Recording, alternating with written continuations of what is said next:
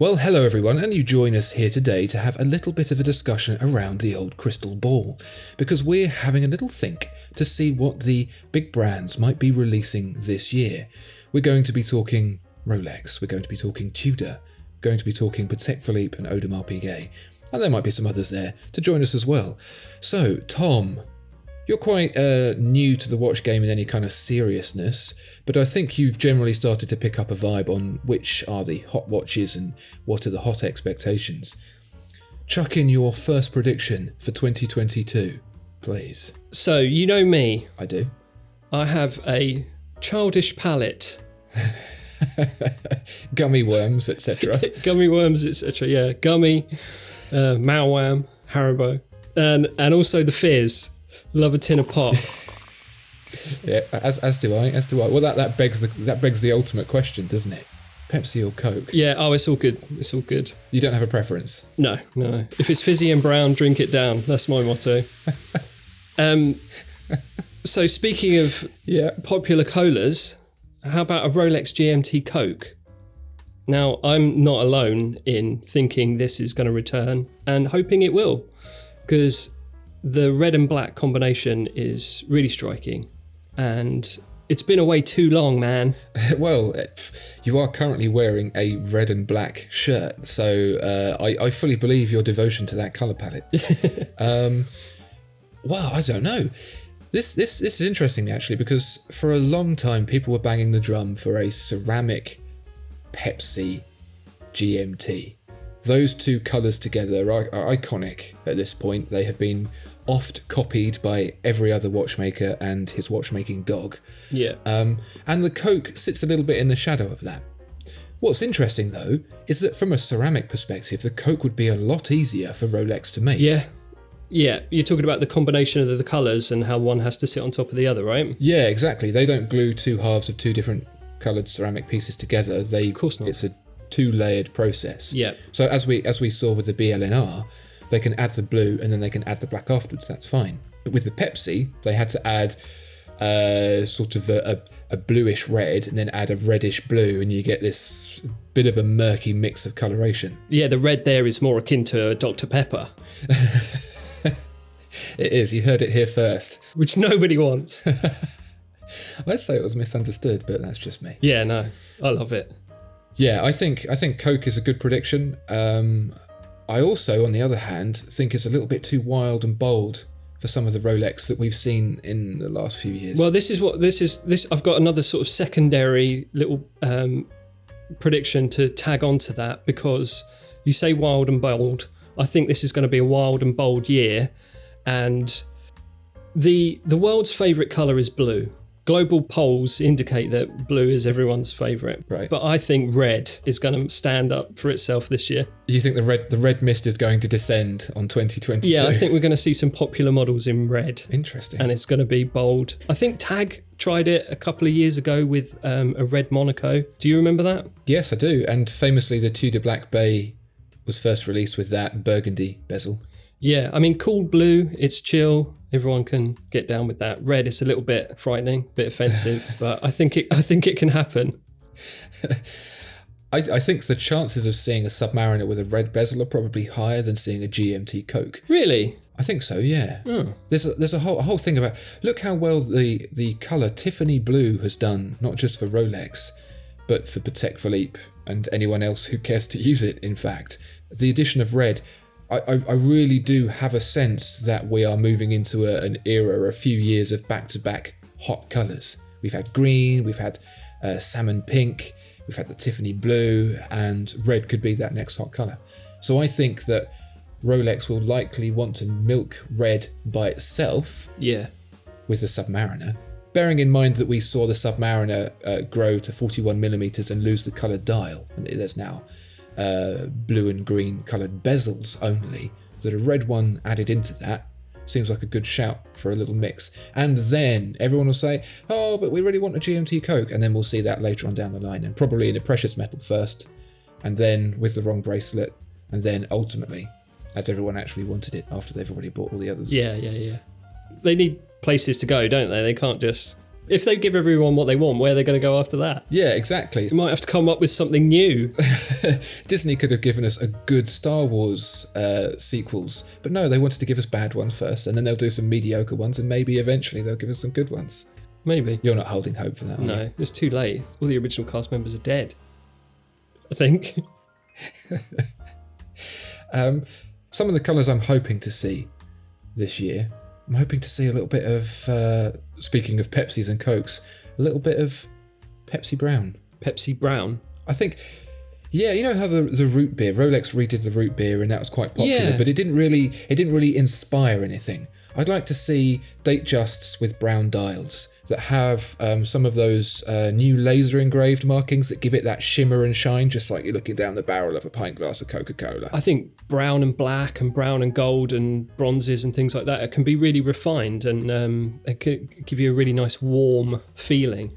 So yeah, I think that's a way to go. Yeah, that's what I'd like to see, but I expect we're going to see more neon eye-bleeding colours that can be seen from the other side of a hip-hop music video. Yeah, I do have a concern that a similar fate will befall the manufacturers. I mean, maybe there's too much hype around them these days, but at some point someone's going to say, and I bring this up yet again, probably for the umpteenth time, this is all just a bunch of new hattery. Yeah.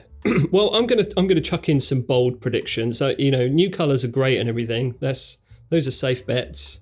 But I'm gonna shock you with what I'm gonna say. With no reputation to uphold, you can just fire into the blue, can't you? Or into the red, as it may be. Exactly. I've got a couple of long shots here that I'll just lay on you now. Yeah, go for it. I think Seiko will collaborate with popular Japanese anime. I mean, I've got nothing to back that up, but I reckon that'll happen.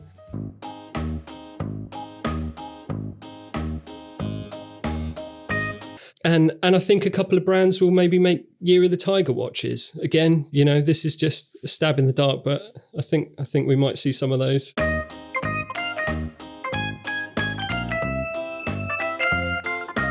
You know full well that Year of the X watches are like a rash to the industry. They have to make them. They keep them very. My favourite thing about it is they go, oh, new model here, new model there, and then they go, oh, Year of the Tiger watches. Well, no, they seem to get behind the sexy animals, but where was all the Year of the Rooster watches? That's what I want to know. Year of the Pig. Exactly, yeah. Is there a Year of the Cockroach? I don't think so. I wish there was, because that would clean up that year. One thing I love about Rolex is I think their lineup is really clean. I think they've got a very well curated catalogue of watches. Everything there has a purpose. Definitely. You've got your tool watches for your diving and your flying and, your travelling with your GMTs and Sky Dwellers and things like that. Mm-hmm. You've got your everydays, your day dates, Datejusts, Oyster Perpetuals, that things. You've got something dressy and Cellini. Do we need something for the scientists? I think they are. I think recently the scientists have been given a lot of praise and then given a lot of flack and then a lot of praise and a lot of flack. I feel they are an underrated bunch and perhaps deserve a little bit of a break. Yeah. So we're talking about the Milgauss here, the watch that Rolex built to protect the timekeeper from strong magnetic fields, all the kinds of things that people who work in science and medicine are often around. Yeah, I think it's been sort of sat gathering dust on their website for too long, and I think it's got to go. I feel like it's a little bit of an oddball. It's too marginal, and I think they're going to boot it. And I think the Air King's looking worried as well. I think that they're both there. They just don't fit in with the others. Go.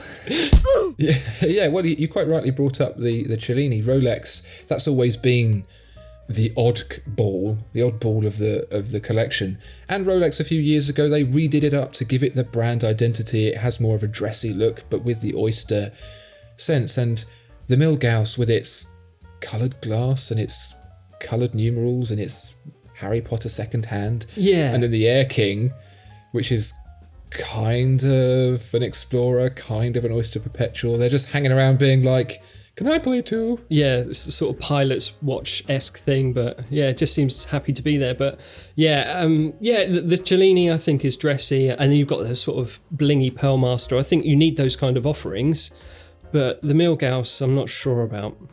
seems a bit too niche. The Air King has a history of being discontinued because there were loads before that. There was Speed King, Tiger King, the Burger King, and any number of others that they had previously discontinued. I may have misnomered some of those. Really? But there were loads of them. The Air King is the only one that remains, and it's kind of redundant. Yeah. But the Milgauss, that's a bold claim. That is a bold claim. The green glass Milgauss has become a pretty popular watch of late. You think it's gone completely, do you? Yeah. Gone. Yeah, gone. But that does bring me on to my next prediction, which I think will be a new Milgauss. I see when it comes to gambling that you like to hedge your bets. Yeah, I'm on the fence. New Milgauss. I think... Well, it's due the updated movement, isn't it? So there's that. There's a new generation of movement that they can slap inside of it. But also I think we might see a little bit of a tweak. I think the green sapphire will go, replaced with blue sapphire. So it's sort of carrying on the beer bottle motif or whatever it is. And then the blue sunburst dial will be inverted, and that will be now a green sunburst dial with a yellow hand. So it'll be nice kind of pop in. If I understand my colour theory correctly, once you mix all that together, won't it look exactly the same? I'll mock it up. We'll see. Well, given your wild prediction for the colour red being bold, I wonder if they're going to do a red glass version. That'd be interesting. It'd look a little bit like a submarine sonar or something like that. Oh yeah, cool. A special ops night vision goggle. Something more along the U-boat line, perhaps. Oh yeah, something for the scientists and engineers. Yeah, they're often peering through red glass when something goes wrong. Yeah, so they can look at their time, pause briefly with a look of horror on their face and say, "Dear God, it's 10 o'clock." Yeah, perfect. Bold predictions all round. The ones I'm going to add to this mix are perhaps less predictions and more things I would really like to see and have money burning a hole in my pocket waiting for. We saw the Tudor Black Bay GMT, lovely watch. We saw the Tudor Black Bay Chrono, which was recently updated to kind of give us more vintage vibes. Those are two very nice watches. I have a Tudor Black Bay, but I don't have a standard one. I have the 58. It's a little bit smaller for my more effeminate, but yet very hairy wrists. And for me, the Black Bay Chrono and the Black Bay GMT are just a bit too big and a bit too thick. Dear Tudor, please, will you make the Chrono 58 and the GMT 58, and I promise to give you some of my money. A baby panda, is that what you want? You know my feelings on nicknames, but yes, a baby panda and a small Pepsi, please. Excellent. I don't think I'm alone in that one. I think a lot of people have been asking for a GMT 58 for a while because it's quite a chunky watch as it stands. I don't know if it's a mechanical logistics thing, like the movements, the chrono movements and the GMT movements don't fit in a Black Bay 58, but come on. If anyone can make it work, dearest Tudor. We want smaller versions of every watch, don't we? I think that'd be nice. Yeah, that would be good. Speaking of which, Patek Philippe discontinuing the 5711. Right. Audemars Piguet, the Royal Oak 15202, also discontinued because they copied Patek Philippe's homework. Well, they're just too dang popular. They've got to protect the brand. These watches have got out of control. That's what Thierry Stern said, wasn't it? That he didn't want Patek Philippe to become known as the manufacturer of the Nautilus, and I sympathise with that. The brand is way more than that sports watch that they made in the 1970s to avoid bankruptcy. Yeah, because obviously they do all those other models.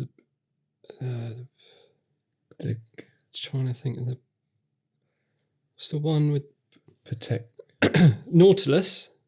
No, that's the one, isn't it? Yeah. No. Oh no, I'll tell you, it's the Aquanaut. That's the one. Oh right, yeah. So they make that as well, and it's a shame that one's not getting quite the same reception as a Nautilus. No. But my main concern, and I think this is unfounded, is that both of those watches will come back with an extra millimetre to their dimension. We saw that with Rolex and the Submariner, 40 millimetres to 41. These are bold changes. We've seen the AP do that in the past with the non-ultra thin Royal Oak, boosting it up in case size. And I really hope that's not going to be a trend for the 2 classic models. Yeah. Yeah, you might call that petty, but again, small wrists.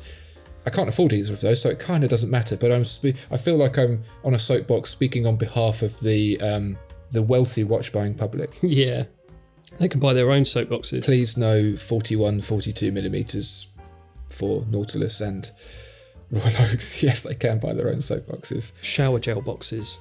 Let me lay this out for you. Your Patek Philippe or your Audemars Piguet and your brands have absolutely exploded with the Nautilus and the Royal Oak. Like people are shooting their grandmothers in the face to get these watches. They cannot get enough of them. No matter the price, people will spend more. You as a brand do have an identity to protect. And let's not forget that AP tried to reinvent itself a little bit with the Code 1159. And it's all eyes back on these 2 models. What would you do?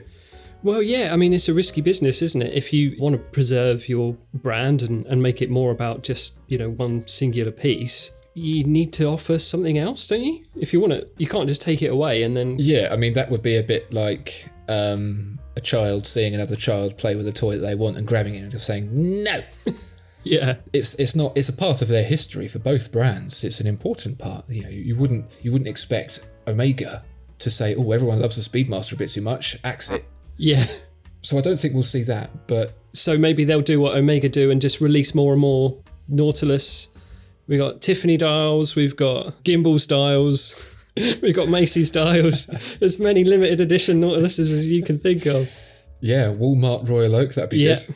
Nautilus Ultraman, yeah. Nautilus Ultraman, that'd be great. You could have Nautilus Dark Side of the Moon, but Pink Floyd, not the actual moon. I quite like that. I'd buy that, yeah. With the beautiful movement covered with an engraving of the prism motif on the back of the crystal so you can't see it properly. Yeah, exactly. So I have no idea what they're going to do. My assumption is that they will be the ultimate in new hattery. They will look almost identical with a slightly different brand marking or the removal of the date or something like that, and they will become more expensive and more exclusive, and we will become even more unlikely to get one. Yeah. Maybe they'll bring out a smartwatch that plays Half-Life 3. Whatever it is, I look forward to waiting a long time to actually get one in my hands and then being secretly disappointed. Any other bold predictions that you have for this year? Oh, what about, if we're talking about something bold and new, Yeah. I reckon Rolex we're gonna see something new from them. Something new. As in new model, not new hat, new model. New model, yeah. I'm thinking a new dweller. We've got sky, Yeah. we've got sea. Yeah. I think we're gonna see cave. Well, maybe. That's what the Explorer was supposed to be, wasn't it? The Explorer was the cave dweller watch, and I don't know why they didn't call it cave dweller. Maybe that had too many connotations with the homeless, perhaps? Yeah, this sounds a bit primordial, doesn't it? Maybe a bit primitive. Yeah. But yeah, I'm thinking really rugged, loads of loom, Yeah. bone hands. What, like actual kind of skeleton arms with pointy fingers? I don't know, yeah. Maybe they can laser etch some cave paintings on the dial. That would be nice. Yeah. It would be sort of like a weird juxtaposition of like primitive early paintings and ultra precise modern technology. How about that? Well, they've definitely teased Space Dweller in the past. I believe that was a concept watch at one point. Maybe to face a modern era and a new digital audience, there will be the bottom half of the comments dweller. Yeah. Well, I imagine the bottom half of the comments dweller would probably have like a protective coating on it that instantly breezes away Cheeto dust. Yeah. Maybe an urban dweller. Yeah, that's cool. That lets you know when thieves are around, so you can tuck the watch under a cuff. That would be genuinely useful for Rolex owners, I think. Yeah, I think perhaps a good accessory for Rolex at this point would be some sort of wrist clamping protection device. Yeah. That stops owners having their arms ripped off of their watches. Yeah, or some sort of mace dispersant. technology. Oh, well, now you're talking. Because that brings me on to Omega. And I'm going to hazard a guess that Omega will be doing something this year. And perhaps it might have something to do with James Bond or space. Well, I've got an Omega James Bond prediction for you. How about this? I think... Go on. With Daniel Craig having served his term as Bond, so there'll be a new Bond. I think the Omega Constellation will replace the Seamaster as the Bond watch when Zendaya is announced as the next 007. That's a good shout. She's so hot right now, and I think Daniel Craig was a bit too gritty, a bit too dark. I think she can bring a real sort of Spy Kids vibe back to Bond and make it a bit more, bit of levity. I think that would be great. I think Bond needs shaking up, and I think she's the gal for the job. I think Bond is a prat. I think, I have a martini shaken, not stirred. Get a Coke, James, you're driving. So, yeah, it will just be another boring white dude. And I think Zendaya, I think she's dynamite. I think she can really shake it up. Something a bit fresh. Yeah, Omega Constellation on her wrist. Let's see it. Well, thank you, Tom. And whatever it is, whoever it is, there will no doubt be a limited run of 10,007 pieces to commemorate that. But what I think, you were talking about Rolex introducing a mace spray. It's a shame that, I was going to say it's a shame that people aren't stealing Omegas. That's not a shame at all. That's quite a wonderful thing. But if Omega ever were to find itself in the same position of Rolex in that level of desirability, that Bond connection, the gadget theme, would place them ideally to genuinely create a watch that had a buzzsaw bezel or a mace spray or a self-destructing button on it. Yeah, that'd be great. So the thief could get their just desserts. Yeah. So this show has become world renowned for offering exceptional advice to watch manufacturers. And whilst some of the Rolex stuff you could say is a fairly safe bet, I think as far as Omega is concerned, we would like a cut on those ideas. Yeah. And with that eye-opening look into the year of 2022, when it comes to the watch brands that most people have heard of, we're going to wrap it up. We look forward to seeing whether or not we're actually right. And if we are, then you're welcome, everyone. You can get your pennies saving now. Yeah. We're probably wrong. Yeah. You especially. Yeah. God, I'm so wrong about everything. All right. Well, let us know in the comments what you think. And please do subscribe. We really do appreciate all the comments that we've been seeing for this new show and how much you're enjoying it. On the horizon, audio-only format of the podcast, brought to you on other platforms. Keep your ears to the ground. But until then, see you next time. Bye-bye. Bye.